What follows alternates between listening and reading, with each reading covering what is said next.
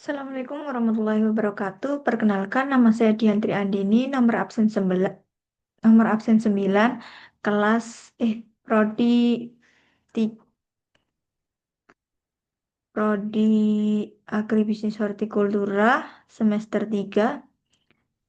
Jadi di sini saya akan menjelaskan tentang kriteria investasi pada kondisi normal untuk produk yang saya ambil yaitu Pure Aloe Vera Slice. Jadi untuk kolomnya ini yang pertama ada nomor, kemudian ada rincian, satuan, tahun atau kuantitas barang, terus total selama 5 tahun, dan ada presentase. Untuk yang pertama itu ada pemasukan, isinya adalah hasil penjualan dan nilai sisa. Hasil penjualan itu berisi jumlah produksi dan harga jual.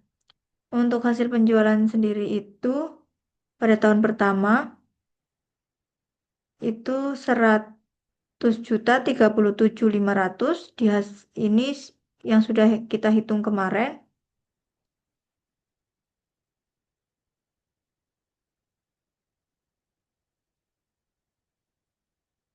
Ini ya.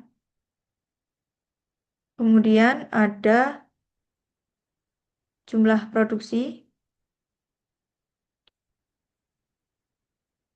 Ini hasil dari ini. Jumlah produksi tiap produksi per produksi ini. Kemudian ditotalkan per tahunnya menghasilkan 5.500. Kemudian harga jual untuk satuannya itu 25 per pieces. Kemudian nilai sisanya itu 4.375 itu dari sini. Ini kemarin kita juga sudah menghitung. Kemudian ada pengeluaran. Untuk pengeluaran per tahunnya itu ada 97.266.504 rupiah. Kemarin kita juga sudah hitung. Ini ya. Kemudian untuk investasi per tahunnya untuk tahun ke-0 itu 7.115 dan tahun kedua itu mohon maaf, tahun pertama itu 300.000, tahun keduanya 1.365.000, tahun keempat maaf, tahun ketiganya itu 305.000, tahun keempatnya itu 2.115, dan tahun kelima itu 5.305.000, hingga total selama 5 tahun itu 16.510.000. Kemudian ada biaya variabel. Biaya variabel itu juga kemarin sudah kita hitung. Ini tahunnya dalam 1 tahun. Kemudian untuk tenaga kerja harian lepas itu ada pengolahan dan pengemasan. Pengolahan sendiri itu udah kita hitung juga kemarin.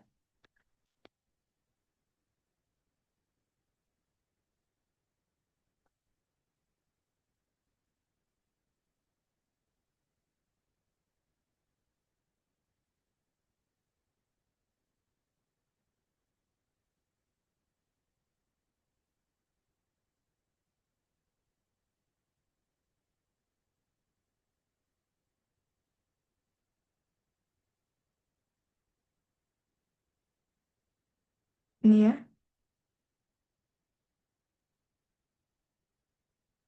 ini. Dan untuk ini untuk pengolahan dan ini untuk pengemasan.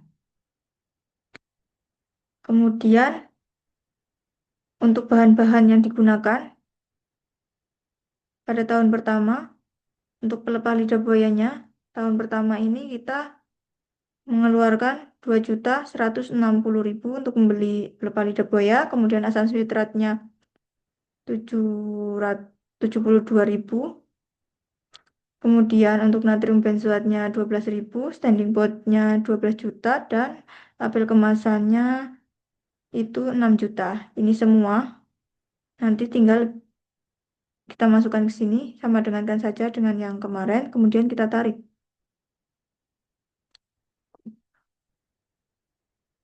Nah, seperti itulah. Kemudian di sini juga ada biaya tetap.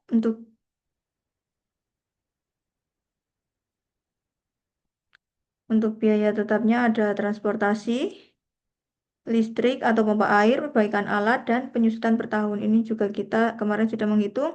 Nah, kemudian kita jumlahkan ini, cara menjumlahkannya. Kita tinggal zoom, kemudian buka kurung, klik sampai penyusutan per tahun, tutup kurung, kita enter.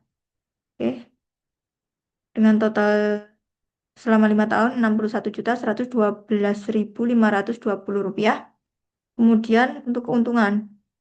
Keuntungan ini kita ambil dari pengeluaran. Jadi di sini untuk keuntungan tahun ke-0 itu kita masih minus. Tahun kedua itu dihasilkan dari ini, pemasukan dikurangi dengan pengeluaran. Hasilnya 40.233.496.000. Hingga keuntungan selama 5 tahun itu 100.997.6 rupiah. Kemudian ada kriteria investasi. Ini ada DF, kita asumsikan DF-nya itu 10%. Tahun ke-0 itu 1, tahun ke-1 itu 0,9, dan seterusnya. Cara menghitungnya, kita tinggal menggunakan rumus 1, 1, bentar, sama dengan 1 per bak kurung 1 plus 0,1. Kita desimalkan, dipangkatkan dengan tahunnya 0. Oke, kita enter. Ini hasilnya. Yang lain juga sama. Kemudian ada PV penerimaan. PV penerimaan itu bisa kita cari dengan mengalihkan DF dan dikali dengan pemasukan per tahunnya. Ini tahun pertamanya, kedua, ketiga, dan seterusnya. Kemudian ada biaya per tahunnya itu kita cari juga dengan mengalihkan DF dan pengeluaran per tahunnya. Kemudian untuk NPV-nya ini, jumlah NPV ini adalah jumlah dari PV keuntungan. Kita total semuanya, maka menjadi NPV. Kemudian kita cari gross BC. Gross BC kita cari dengan cara menjumlahkan total PV penerimaan dan PV biaya dengan hasil 1,12,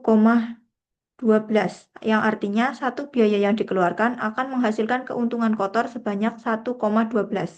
Kemudian kita cari net BC. Net BC kita cari dengan menjumlahkan ini pada tahun pertama dibagi pada tahun pertama sampai tahun ke-5 dibagi dengan tahun ke-0 minus dengan hasil 2. Artinya satu biaya yang dikeluarkan akan menghasilkan keuntungan bersih sebanyak 2.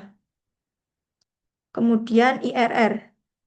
Cara mencari IRR, kita tulis IRR dan menjumlahkan semua keuntungan pada tahun ke-0 sampai tahun ke-5. Hasilnya 30%. Artinya pengembalian investasi sebanyak 30% selama 5 tahun. Kemudian BEP unit. Kita cari BEP dengan rumus biaya tetap dibagi eh mohon maaf, ya, biaya tetap dibagi dengan